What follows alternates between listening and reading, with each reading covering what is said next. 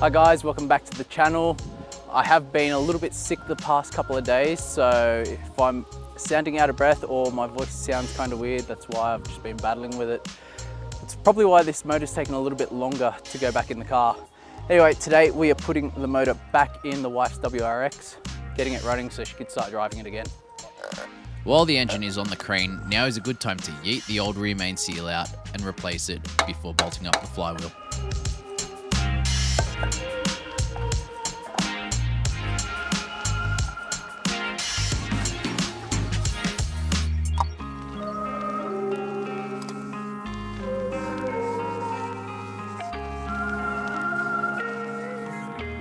Now before I chuck the engine in, we do have the flywheel bolted up, it's all nice and clean. I do have to chuck a new clutch on it. We have this clutch from Extreme Performance Clutches. Gonna chuck that bad boy in and also show you guys what you get when you buy one of these clutches. So you get a nice clutch aligning tool to help you align the clutch. There's also some grease in there that'll lube up the splines. You have your nice new clutch disc all nicely wrapped so you don't get fingerprints all over it. It's handy. New spigot bearing, which is already installed onto the flywheel. You got your release bearing and your pressure plate, which is a nice purple. Here I'm using an old input shaft as a clutch aligning tool just to make the job easier. Then guide the pressure plate onto the locators on the flywheel before torquing it up. Now I'm going to remove the clutch fork and clean up the input shaft, bell housing and fork pivot point before lubricating and installing the new release bearing. Then it's time to sit the engine back in its home.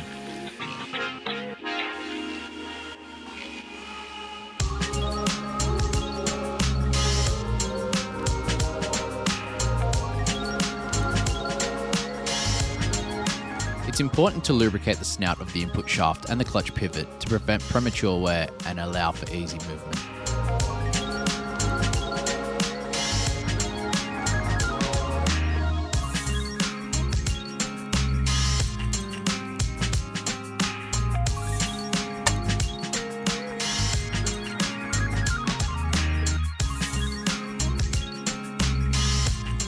When refitting an engine into a manual car, it may be necessary to turn the engine over by hand as you're mating it to the gearbox.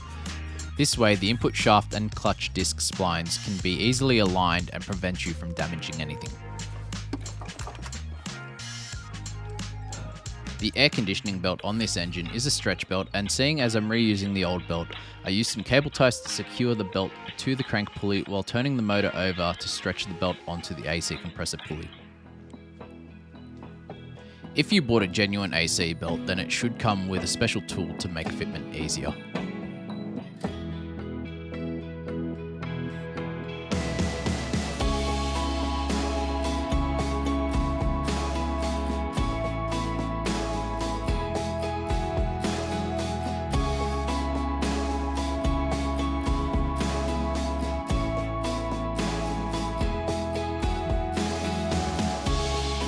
The install of the engine is basically the reverse of the removal process. So just take your time, make sure you've refitted all hoses and connectors, and you shouldn't have any issues.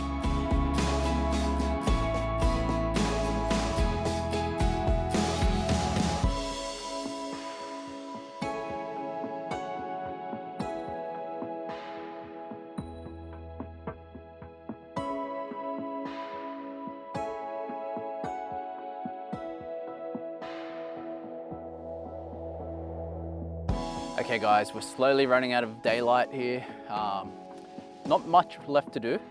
I'm almost there. I've just got to tighten up the dump pipe bolts, put the intercooler on, put some oil in it and some new coolant. Now I didn't show it on camera, but I have changed the oil filter as well. I know some of you guys might have pointed that out. Don't worry, it is changed. We have put a Ryco filter on there. So let's just get cracking and get this done tonight.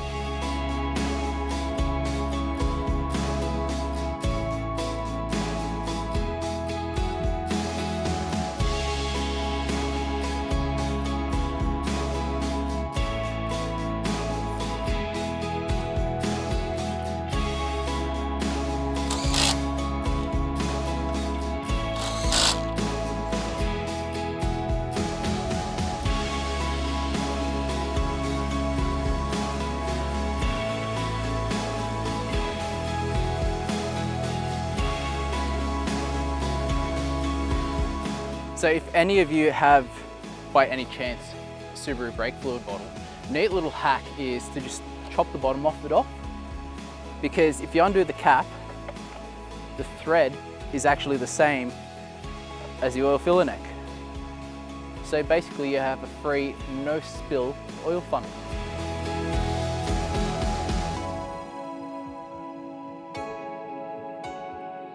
So one little safety measure that I like to do before I start up any engine, whether it's a fresh build or whether it's just head gaskets like this, is I like to prime the engine and make sure it gets oil pressure before actually firing it up. So the way I do that in these is I just take out the fuel pump fuse, make sure that there's no fuel getting into the motor so it will not start. Another way is to undo the crank angle sensor, and that disables spark as well.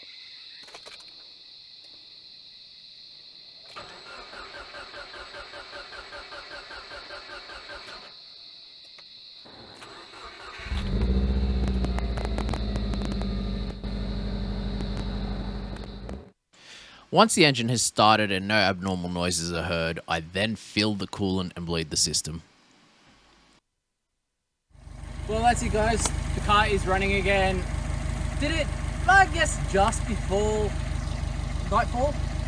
We did run out a bit of light, but I'll take this to work with me tomorrow, get the AC regassed, and I'll do a final check over, and then I can hand the keys back to the wife, and I'm sure she will be ecstatic. Drove the WRX to work today, got the AC guys to have a look at the AC and regas it. They did find that the O-rings on the compressor lines were leaking, so we did replace them. They're only cheap, but the aircon is nice and cold now. Here in Australia, we're coming into summer, so we need AC. We definitely need AC. I can hand the keys back to the wife now. She'll be happy to be able to drive this again. She's been missing it dearly, having to drive my shitbox, which, let's be real, my daily is a shitbox, but it gets me from A to B. But that's about it for this video. If you guys liked the video, as usual, hit that like button and subscribe, and we will see you guys in the next one. Catch ya.